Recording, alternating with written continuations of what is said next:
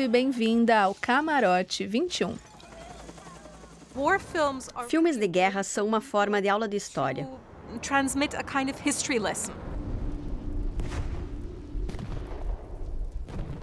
Quase todos os cineastas, em algum momento, querem fazer um filme de guerra. De glorificação patriótica a um alerta contra atrocidades e violência. O cinema conta histórias sobre heroísmo e traumas e molda a nossa percepção sobre guerras.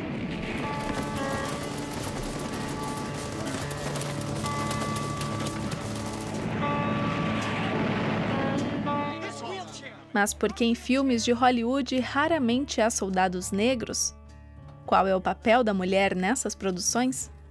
O ano de 2020 marca os 75 anos do fim da Segunda Guerra Mundial e o programa de hoje é dedicado à representação da guerra na sétima arte. A maioria de nós nunca esteve numa guerra, e assim, a nossa representação visual dela é moldada em grande parte pelo cinema.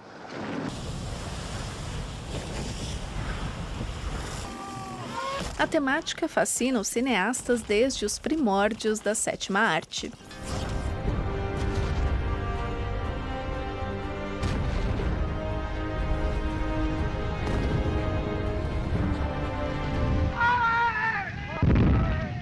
Com o passar das décadas, os filmes de guerra ficaram cada vez mais intensos, realistas e cruéis.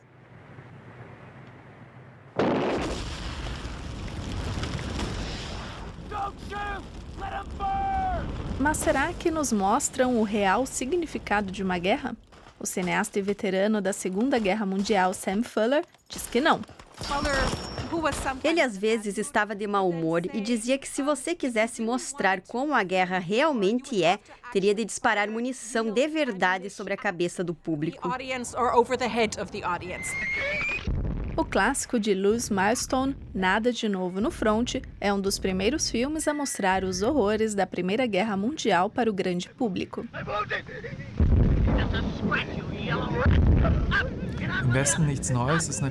É obviamente uma obra inovadora em termos de filmes de guerra. É mostrado o lado feio do conflito, principalmente as mortes em massa na frente ocidental. Milestone era um pacifista declarado. No entanto, retrata a guerra como um espetáculo emocionante. Você vê a metralhadora, as pessoas sendo metralhadas como se a própria câmera estivesse atirando. O diretor deu um grande palco a um problema que ele também tentava criticar.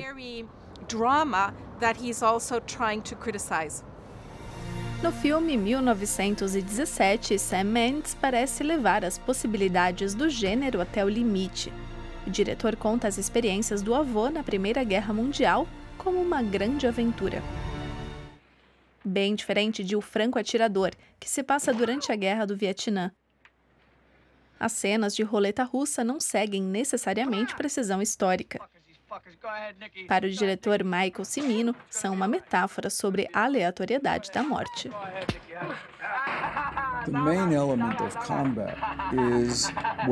O principal elemento do combate é a espera, porque um tiroteio geralmente é feroz, insano e acaba num espaço de tempo muito curto.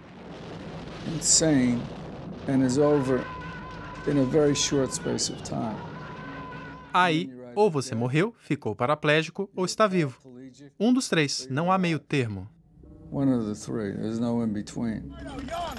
20 anos depois, Steven Spielberg recria o desembarque dos aliados na Normandia, com imagens igualmente impressionantes e perturbadoras.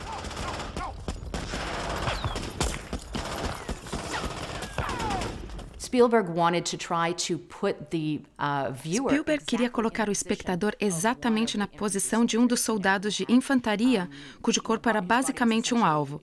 Quem assiste ao filme consegue sentir o medo, a pressão, o terror, o nervosismo, tudo. Não há outro modo de dar ao público uma ideia de como foi estar naquela batalha.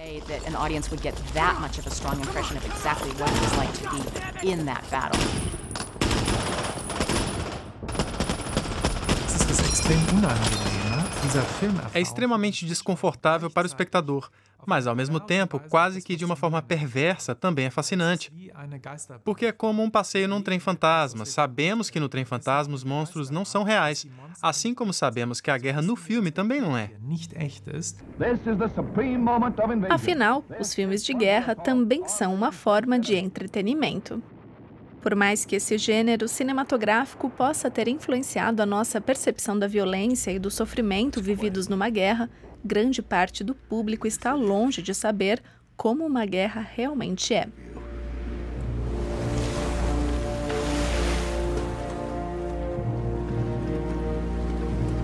Em meio a produções que vangloriam a guerra e focam na imagem do herói, aos que vão para outra direção.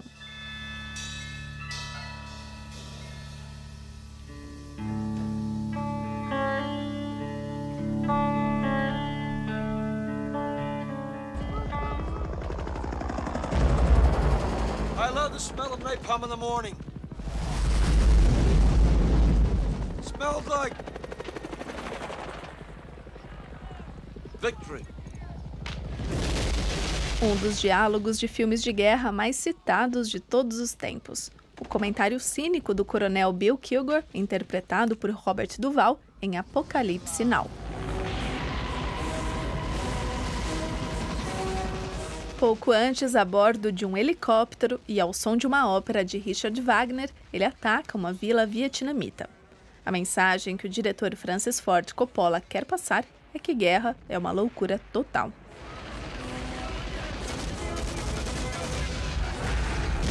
Man könnte also sagen, dass Antikriegsfilme Filme sind, die Dá para dizer que filmes anti-guerra nunca encontram justificativas para a guerra, enquanto os filmes de guerra conseguem justificá-la em certas ocasiões, mas mostrando também os horrores, sem dizer que a guerra é algo bom. die trotzdem auch die Schrecken des Krieges zeigen.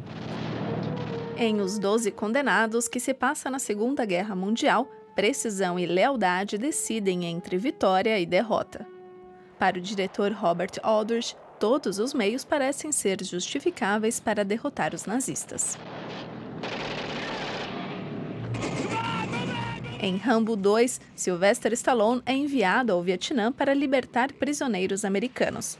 E praticamente sozinho vence uma guerra que, na verdade, os Estados Unidos perderam.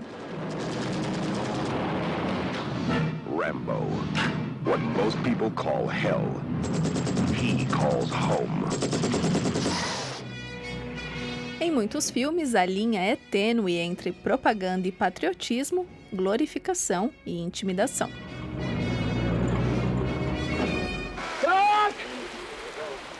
O desastre americano no Vietnã leva mais e mais cineastas de Hollywood a tomarem uma posição clara contra a guerra.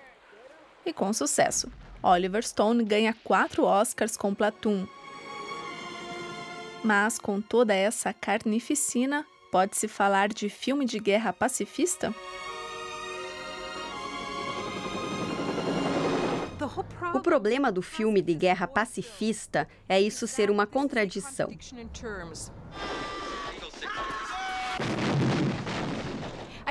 Acredito que seja possível fazer um filme de guerra em que as pessoas no final sintam piedade, fiquem chocadas, horrorizadas.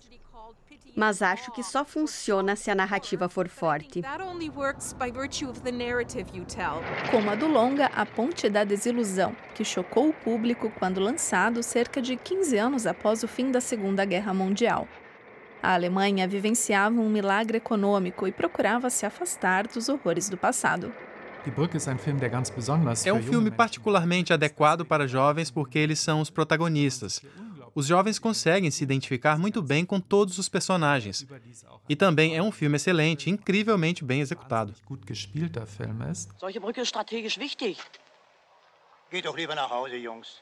Was? Sie haben wohl einen Vogel? Das ist doch Unsinn, was hier macht. Der ganze Ort wird zusammengehauen, ich kenn das doch. Os garotos ignoram o aviso e se arrependem profundamente. Tanto um lembrete do passado, quanto um alerta para o futuro. Nesse aspecto, o filme contradiz o espírito da época em que se falava sobre rearmamento imediato com o restabelecimento das Forças Armadas Alemãs. E também questiona indiretamente os confrontos na Guerra Fria. Não podemos esquecer que o filme chegou ao cinema em 1960, 61, pouco antes da crise de Cuba, que quase levou a uma terceira guerra mundial. Já o diretor Terrence Malick não foca tanto na parte política. Em Além da Linha Vermelha, ele descreve as batalhas no Pacífico em 1942 da perspectiva da natureza. Imagens belas e, ao mesmo tempo, perturbadoras. Parece nos perguntar, como é possível que as duas coisas coexistam? Um filme que mostra como a guerra é incompatível com o nosso planeta. O Camarote 21 vai a um rápido intervalo. Até já!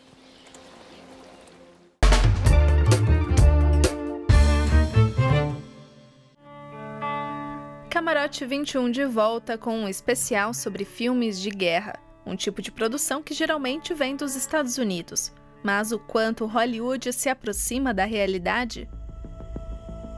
Quando soldados americanos são representados no cinema, é comum ver a presença praticamente de apenas soldados brancos. Mas afro-americanos lutaram em todas as guerras americanas. No entanto, parece que foram apagados da história.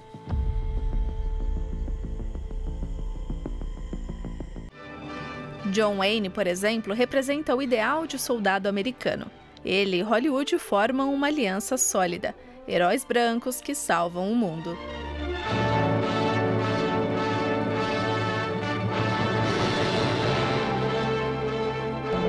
Mas essa não é a história real. O primeiro americano a morrer lutando pela independência no massacre de Boston em 1770 foi um negro. Ele se chamava Crispus Attucks.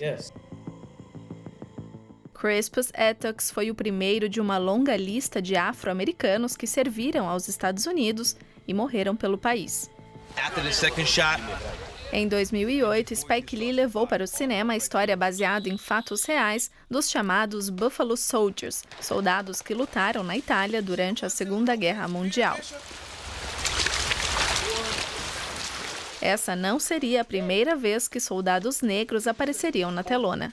Quase 20 anos antes, em Tempo de Glória, Denzel Washington lutava na Guerra Civil Americana, na primeira companhia formada inteiramente por negros.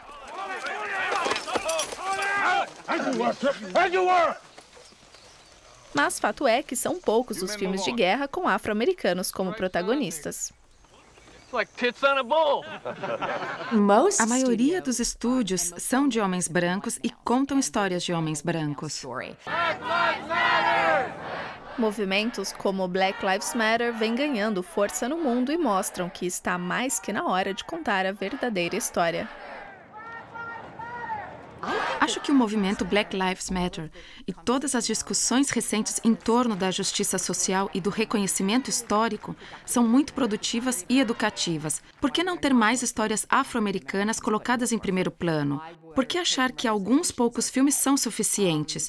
É um ajuste de contas que precisa acontecer e este é um bom momento para começar a fazê-lo. A perspectiva afro-americana provavelmente mudaria a imagem de um Estados Unidos heróico. Soldados negros que lutaram na Segunda Guerra Mundial continuaram sendo discriminados ao retornarem aos Estados Unidos. Contest winner right there. What do you boys want? No problem, sir. We just looking for some good old ice laps. Go around back. I'll get you some. Train. They went round back too? Negro? Who I serve is my damn business. Those are Hitler's goose steppers you feeding over there. You want me to eat out of a trough in the backyard like I'm some damn pig? You want me to shoot you in the head?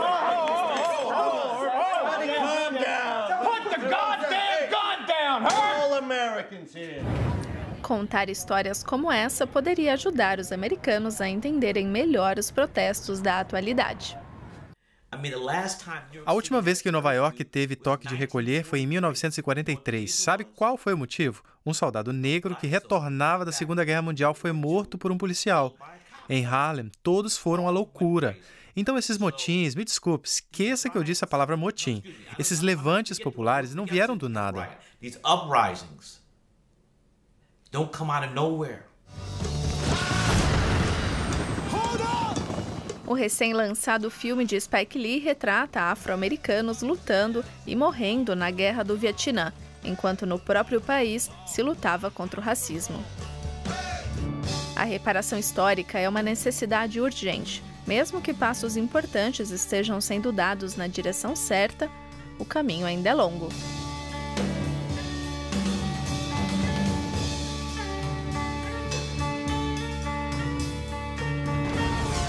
E quando se trata de representação feminina, principalmente em filmes de guerra, o caminho a ser percorrido também parece ainda ser bem longo. Homens lutando ao lado de homens, contra homens, homens heróis, homens vilões. Seria a guerra um assunto puramente masculino? Onde estão as mulheres? Realmente, a presença feminina é rara em filmes de guerra. Muitas vezes aparecem apenas numa foto, numa memória, num sonho de um homem.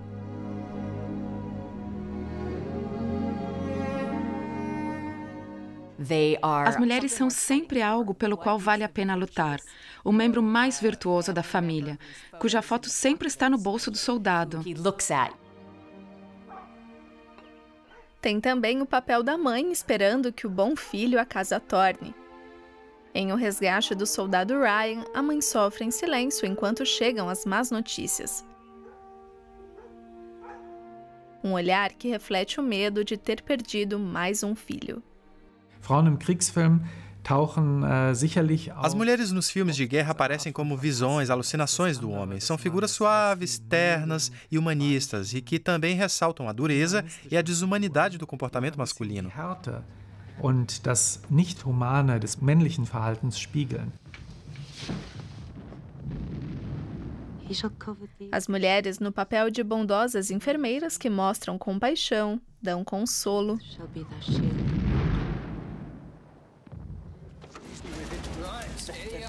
Ou que salvam os homens para que eles voltem ao campo de batalha. De certa forma, elas ajudam na continuidade da guerra.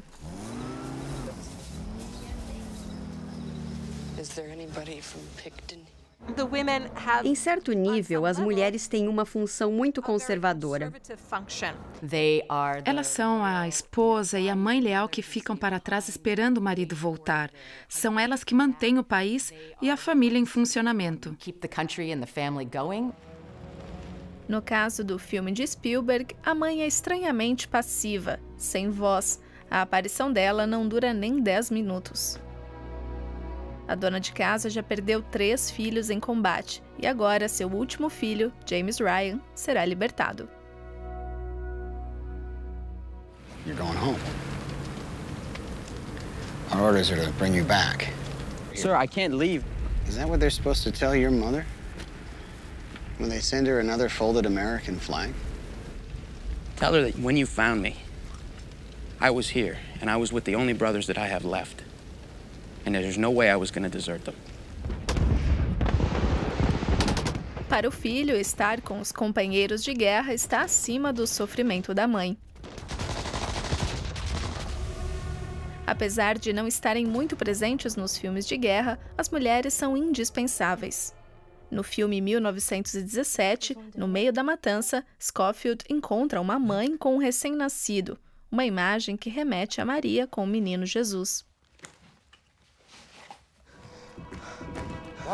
Mas assim que o soldado deixa o local, o derramamento de sangue continua. As mulheres representam o preço a pagar pela guerra, mesmo em filmes não pacifistas. Há pouquíssimas mulheres em filmes de guerra. Quase não se vê cenas eróticas ou entre homossexuais. Corpos só entram em contato para pôr fim à vida. É muito raro ver uma mulher no papel central de um filme de guerra. Rosa da Esperança, que se passa na Segunda Guerra Mundial, é uma história sobre o sofrimento da população civil. A vítima da trama não é um homem, e sim uma mulher jovem, que morre nos braços da senhora Miniver, o que também é uma grande exceção.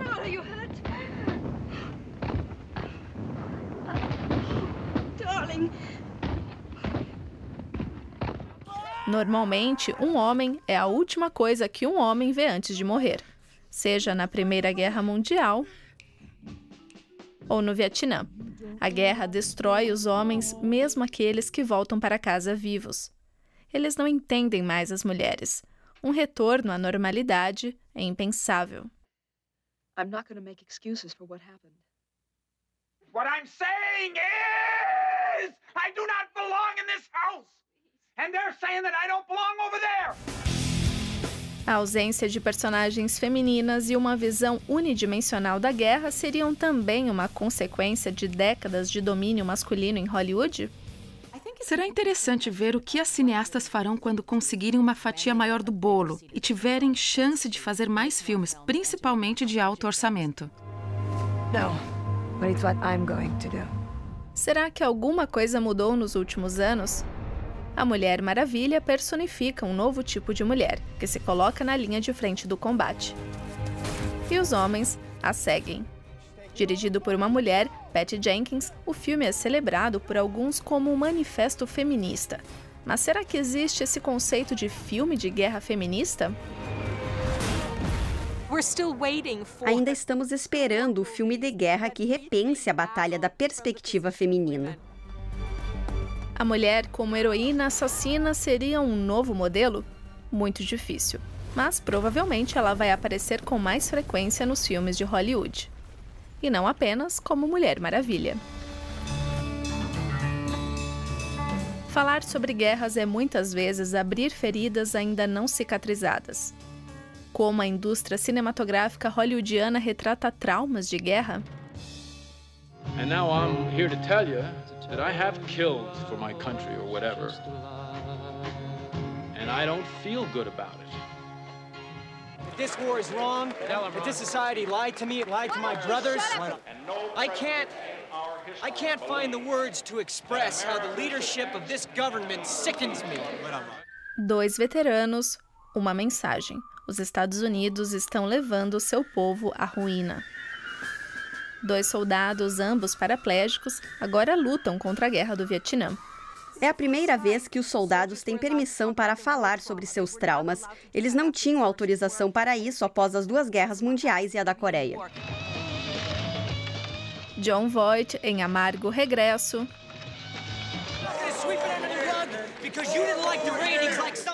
E Tom Cruise em Nascido em 4 de Julho. Ambos voltam para casa presos em uma cadeira de rodas e descobrem que não são celebrados como heróis.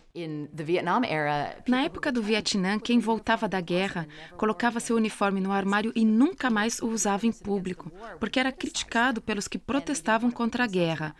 Acho que esse tipo de filme realmente ajudou os veteranos a processarem o trauma e a lidar melhor com os americanos não envolvidos na guerra e que se opuseram a ela.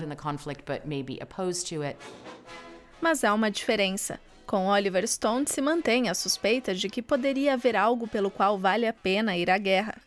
Lado a lado, homem a homem.